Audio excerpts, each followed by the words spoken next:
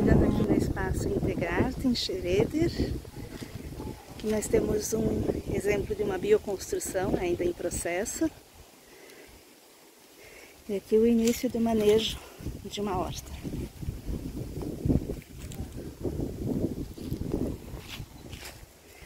Vamos ver, que é feito com pedras aproveitadas de uma demolição, mas vamos ver se a gente consegue encontrar o idealizador dessa obra.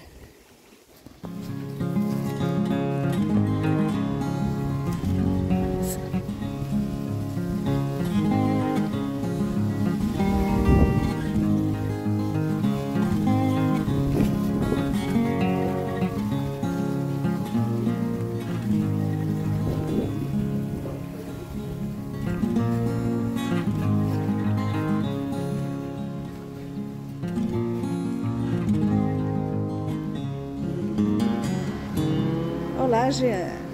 Oi, Mariane. Fala um pouquinho do que é estar aqui. A gente está aqui no espaço, vocês podem ver que ele é todo feito com bioconstrução. Bioconstrução é uma metodologia, uma técnica utilizada para reaproveitar materiais e para aproveitar os materiais da natureza de forma mais sustentável, ecológica, para poder construir os espaços que a gente precisa para viver. Aqui, na verdade, não é um espaço de moradia, mas é um espaço de vivências. E justamente vivências para a gente poder se conectar com o princípio biocêntrico, com a nossa vida, na relação com o meio que a gente habita. Esse espaço ele surgiu de um sonho, de algumas ideias que eu fui tendo ao longo de vários anos, porque na minha história eu tenho na minha história essa formação de psicologia primeiro. Então essa busca pelo desenvolvimento humano, por entender como que funciona o processo, os nossos processos mentais, emocionais e toda essa história da humanidade, né? Que leva às vezes a um adoecimento. E dentro disso eu fui buscar na arte-terapia também um complemento para poder trabalhar por meio dessa integração da arte com a psicologia, processo de desenvolvimento, de integração. Então o nome do espaço aqui, do projeto, eu chamei de Integrarte, que é justamente integrar. Integrar o quê? Desenvolvimento humano, com base na psicologia, nos conhecimentos da ciência psicológica, com arte, dentro da arte-terapia, da perspectiva da arte-terapia e também da arte como expressão, como forma de a gente acessar níveis de conhecimento que a gente não acessa enquanto literatura simplesmente, né? Enquanto lendo. A ciência traz uma forma de a gente conhecer e a arte traz uma forma diferente, que contribui, que integra e amplia ainda mais. Então, desenvolvimento humano primeiro, arte-terapia segundo, e o terceiro é o viés ecológico, esse viés de poder perceber por meio de vivências, de prática, de estudo, que a gente faz parte de algo muito maior, a gente faz parte de um ecossistema e que nós somos natureza, que não existe nós e a natureza. Eu sou a natureza a todo tempo. E vivências que possam ajudar a gente a retornar ou a recobrar essa consciência de que somos parte da natureza, de que somos a natureza e de que ela está o tempo todo oferecendo para a gente está interagindo com os meios no qual a gente vive, seja negativamente ou contribuindo para que essa vida possa fluir. A gente, então, pode ser um empecilho para o nosso ambiente, seja em relações pessoais, mas também da relação com o todo. A gente pode ser um agente de favorecimento da vida ou de destruição, de dificultamento, para que essa vida possa emergir com os seus potenciais. E essa construção, como é que ela, o que é bioconstrução então? Bom, a gente pode ver aqui embaixo temos uma linha de pedras, né? São várias pedras bem grandes. Essas pedras todas foram reaproveitadas de uma casa antiga, uma construção antiga, onde a gente pegou essas pedras, limpamos elas e colocamos para formar essa parede primeira.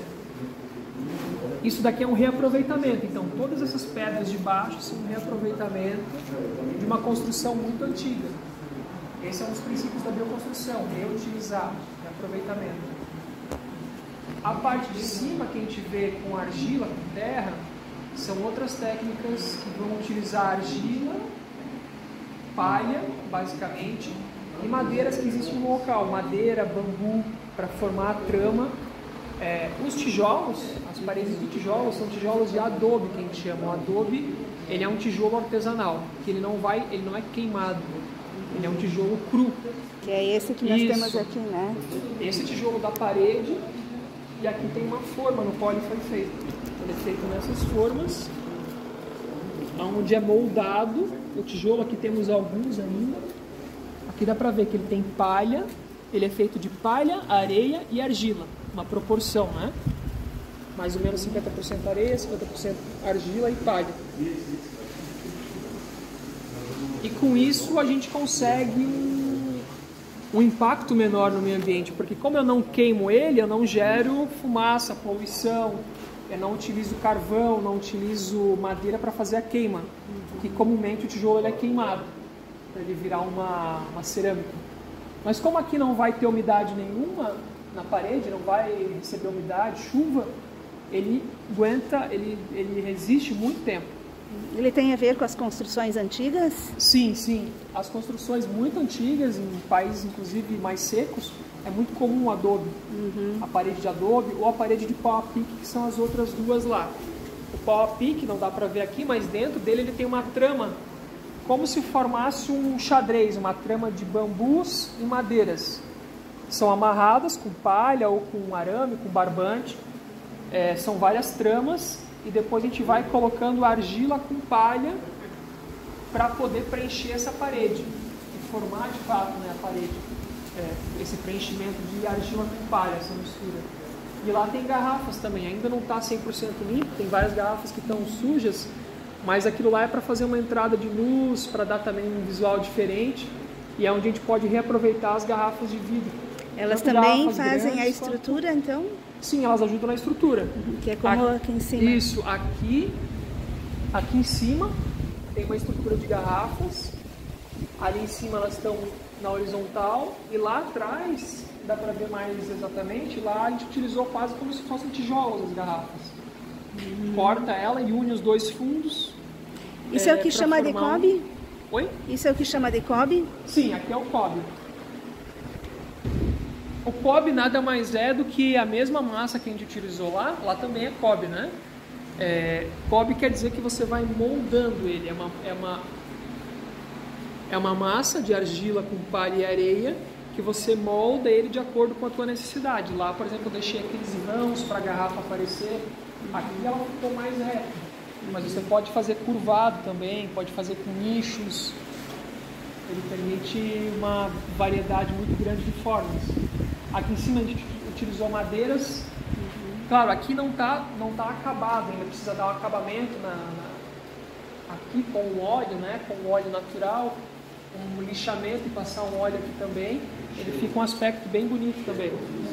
E essa parte dos banheiros, vocês optaram o tijolo orgânico? Esse daqui, como é uma parte que vai utilizar muito mais água, umidade, pega muito mais umidade, a gente optou por utilizar o tijolo ecológico, que chama. O tijolo ecológico,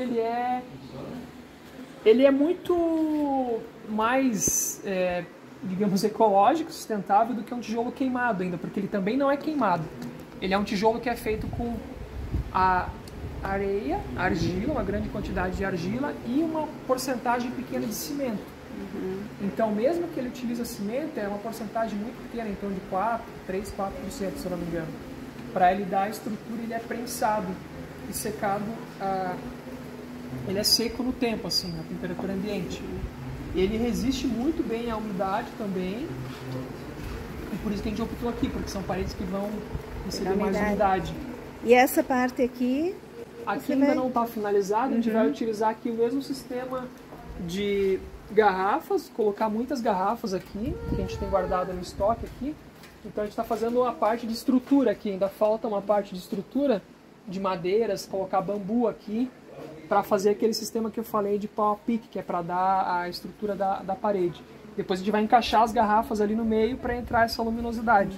E preenche com o barro deixando uma parte da garrafa aparente. Então a bioconstrução, ela preconiza muito a questão da bota, né, que eles chamam a base aqui, ó, e o chapéu, né? A bota seria aqui embaixo, aqui não dá pra ver, mas ela tem uma profundidade assim larga de pedras embaixo. É uma vala cheia de pedras embaixo dessa parede aqui. Foi feita uma vala bem larga, de mais ou menos 50, 60 centímetros, 50, 60 de profundidade, enchido de pedras de vários tamanhos. E depois que trouxemos essa fiada de pedras maiores aqui. E aí a proteção, um chapéu grande para também não molhar, né? Para afastar, para não ficar tão úmido a parte de baixo aqui.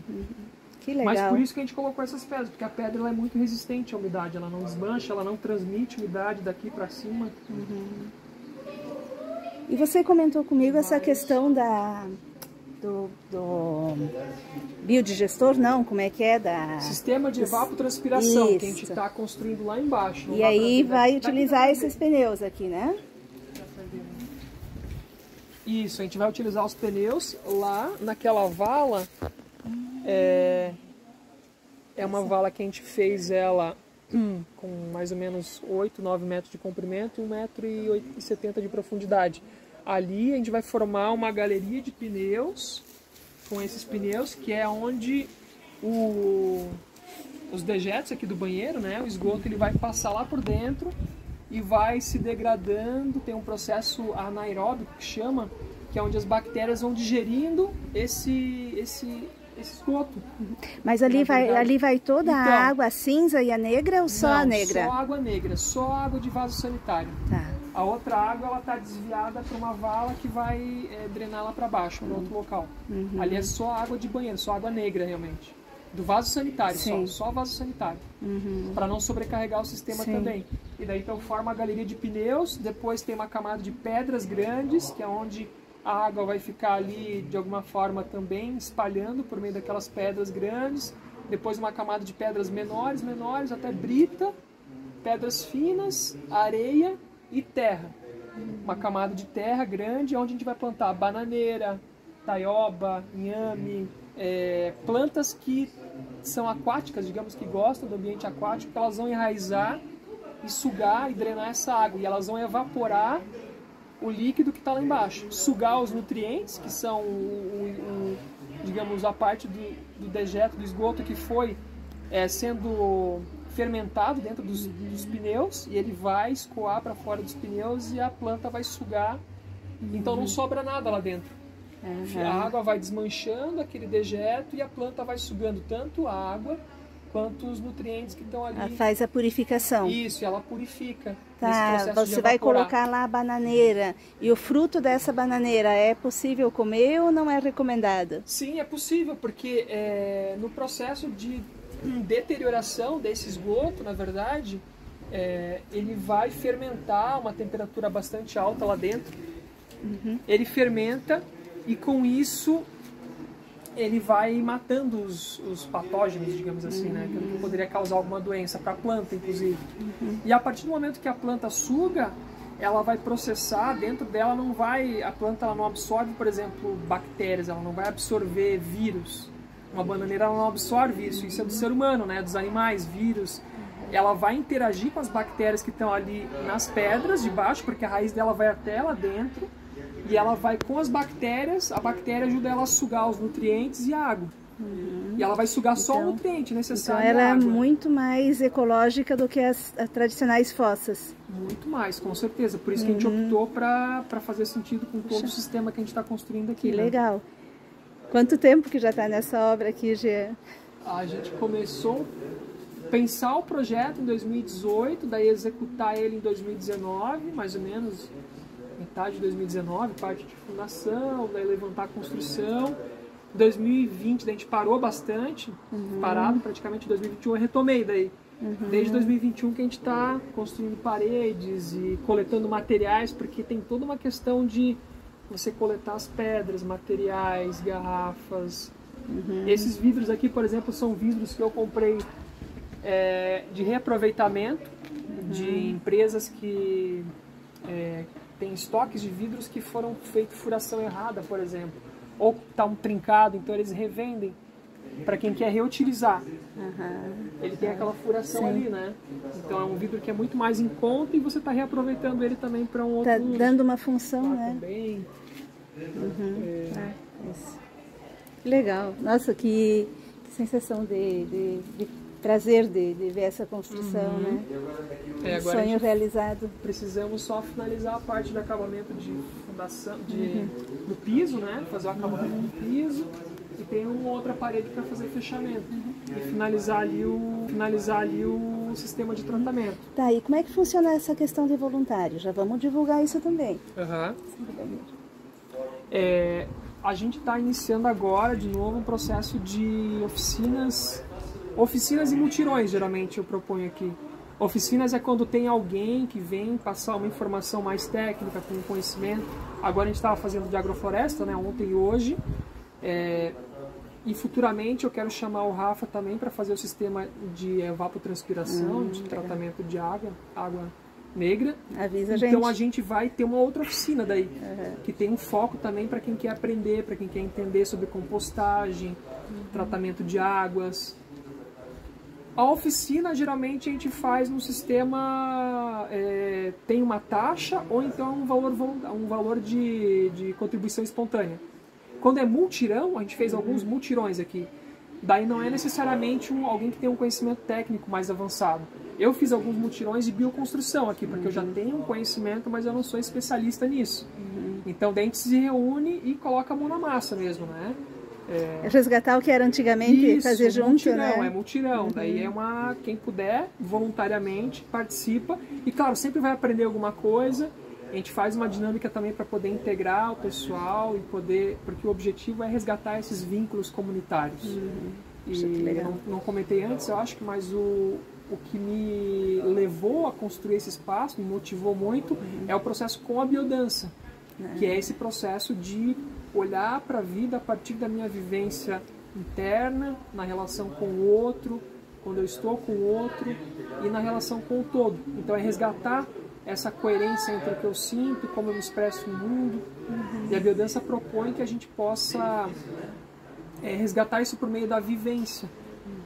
Então, a cada semana, né, a cada encontro, a gente teve aqui ontem encontro, vamos fazer de novo agora de tarde, com a música, com a roda, com perceber o ritmo no nosso corpo, perceber essa vida se expressando através da minha identidade, perceber que a vida ela tem um potencial dentro de mim, tem vários potenciais que eu posso facilitar para que eles emerjam, assim como uma semente que a gente plantou ali na horta, né? Criar um ambiente nutritivo para isso. E o propósito desse espaço é criar vivências, criar espaços de compartilhamento, de trabalho em grupo, de vivências que possibilitem emergir na gente esse espírito comunitário, essa conexão com a expressão da vida na gente. E conhecimento, de fato, troca de conhecimento. Seria assim como aprender fazendo. Isso, aprender fazendo. Então a vivência é muito isso. É esse momento no qual eu estou extremamente envolvido, que eu estou presente naquilo, atento.